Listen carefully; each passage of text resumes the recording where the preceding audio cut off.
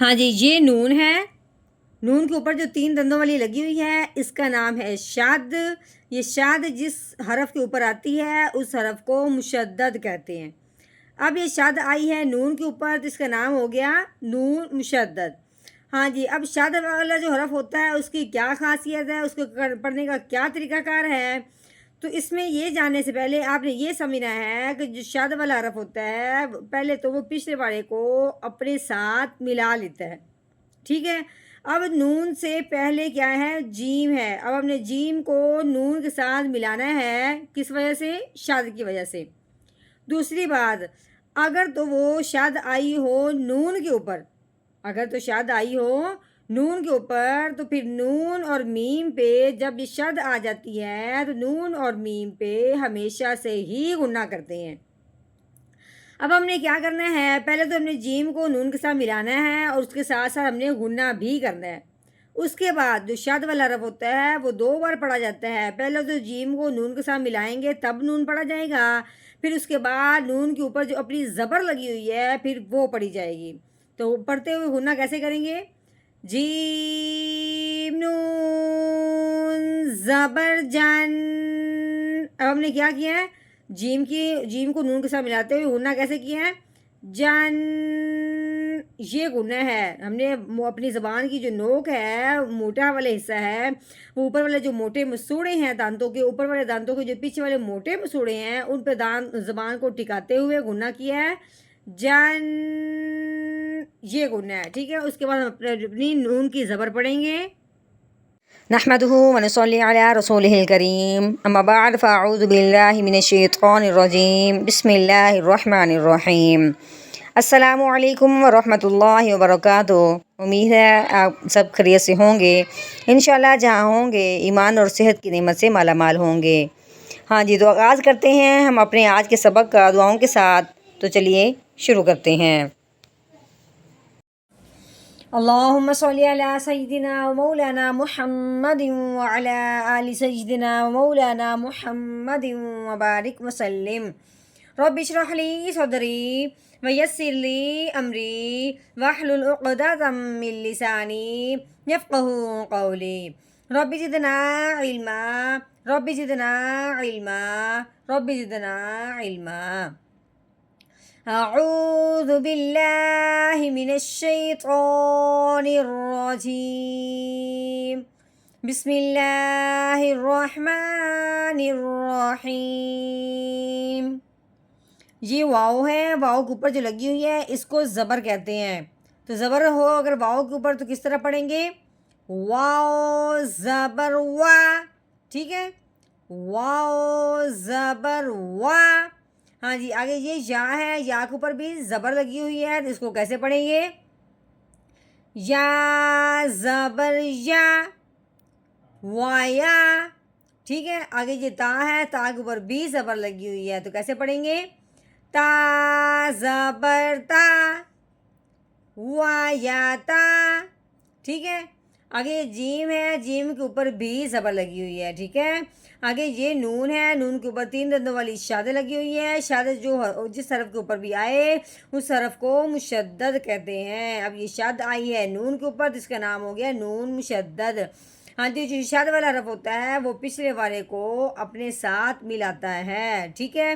اب ہم نے جیم کو نون کے ساتھ ملانا ہے، کس وجہ سے، شاد کی وجہ سے۔ دوسری بات، جب ہو شاد نون کے اوپر اور ہو ساتھ یا میم کے اوپر، شاد نون کے اوپر ہو یا شاد میم کے اوپر ہو تو اس پہ ہمیشہ ہی غنہ کرتے ہیں۔ اب ہم نے جیم کو نون کے ساتھ ملاتے ہوئے غنہ بھی کرنا ہے تو کیسے پڑھیں گے، جیم نون زبر جن، کیسے غنہ کریں گے، جن، یہ غنہ ہے، وا یا تا جن۔ ہاں جی، اب یہ شاد والا حرف ہوتا ہے وہ 2 بار پڑھا جاتا ہے، پہلے تو پچھلے والے کو اپنے ساتھ ملاتا ہے، اس کے بعد جو اس کے اوپر زبر ہو، زیر ہو، پیش ہو وہ پڑھی جاتی ہے۔ اس کے اوپر کیا لگی ہوئی ہے، زبر لگی ہوئی ہے۔ اب ہم یہ پڑھیں گے، نون زبر نا، وا یا تا جن، ہاں جی، با ہے، با کے اوپر لگی ہوئی ہے پیش، با پیش بو، وا یا تا جن بو، ہاں جی آگے دیکھیے یہ ہاں ہے، 2 آنکھوں والی ہاں، یہ موٹی ہاں ہے، حالانکہ گہرائی سے نکلتی ہیں، موٹی وہاں نکلتی ہیں، ہاں کی آواز بالکل نہیں نکالنی۔ آگے دیکھیں یہ بھی الف ہے، یہ بھی الف ہے، ان دونوں الف کو اب نہیں پڑھنا ہے کیونکہ اگلے حرف پہ جزم آ گئی ہے۔ اب جزم آنے کی وجہ سے اب یہ ہاں جو ہے اس کے ساتھ ملے گا، جزم والا جو حرف ہوتا ہے وہ پچھلے والے کو اپنے ساتھ ملاتا ہے۔ اب زبر لگی ہوئی ہے ہاں کے اوپر، اس لیے اب ہم نے ہاں کو آگے لے کے جانا ہے کیونکہ الف کے اوپر بھی کچھ نہیں ہے، اس والے الف کے اوپر بھی کچھ نہیں ہے، اس لیے جس کے اوپر زبر لگی ہے جو پڑھنے والا پڑھا جائے گا حرف وہ اب آگے جائے گا، ٹھیک ہے۔ ہا لام زبر حل، ٹھیک ہے، حل وَيَتَجَنَّبُ حل، ایسے پڑھیں گے۔ ہاں جی آگے دیکھیں یہ لام تو پڑھا گیا، اب آگے آگے یہ الف، الف کے اوپر کیا لگی ہوئی ہے زبر، الف کے اوپر زبر آئے، الف کے نیچے زیر آئے یا الف کے اوپر پیش آئے تو اس الف کو الف نہیں پڑھتے، اس الف کو حمزہ پڑھتے ہیں۔ اب اس الف کو ہم نے حمزہ پڑھنا ہے، آگے کیا آ گیا شین آ گیا، شین کے اوپر کیا لگی ہوئی جزم، اب جزم والا حرف نے کیا کرنا ہے پچھلے والے کو اپنے ساتھ ملانا ہے، اب ہم نے حمزہ کو شین کے ساتھ ملانا ہے تو کیسے، حمزہ شین زبر اش،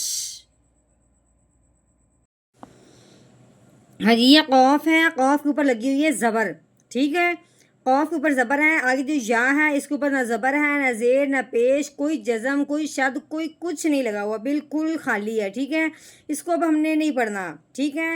تو اب ہم نے اس لیے قوف کے اوپر جو زبر لگی وہ پڑھنی ہے، تو کیسے پڑھیں گے، قوف زبر قا اش قا، ٹھیک ہے۔ اب ہم یہاں پہ وقف کریں گے تو وقف کی صورت میں آخر والے حرف کو ساکن کرتے ہیں، لیکن یہاں تو کیا ہے قوف ہے، اس کے اوپر زبر ہے، اس کو کیا کریں گے کہ اب اگر کبھی اس طرح یا ہو تو اس سے پہلے زبر ہو تو ہم نے وقف کی صورت میں آخر والا جو حرف یا ہے اس کو الف کے معنی میں کر دینا ہے، ٹھیک ہے۔ اب یا الف کے معنی میں ہو جائے گا، اب ہم نے تصور میں یا کو الف سوچنا ہے تو الف سے پہلے جب بھی زبر آ جائے تو اس حرف کو ایک الف کے برابر لمبا کرتے ہیں۔ اب ہم نے یا کو الف کے معنی میں کیا ہے تو اب اس الف سے پہلے زبر آنے کی وجہ سے قوف کو ہم نے لمبا کیسے کرنا ہے، آگے وقف اش قا اش قا، ہاں جی مکمل آیت کا توڑ کرنے کے بعد اب ہم نے کرنا ہے اس کا مکمل جوڑ، تو وہ کس طرح پڑھیں گے، اعوذ باللہ من الشیطان الرجیم، سورۃ الاعلی مکیہ، بسم اللہ الرحمن الرحیم، وَيَتَجَنَّبُهَا الْأَشْقَى، وَيَتَجَنَّبُهَا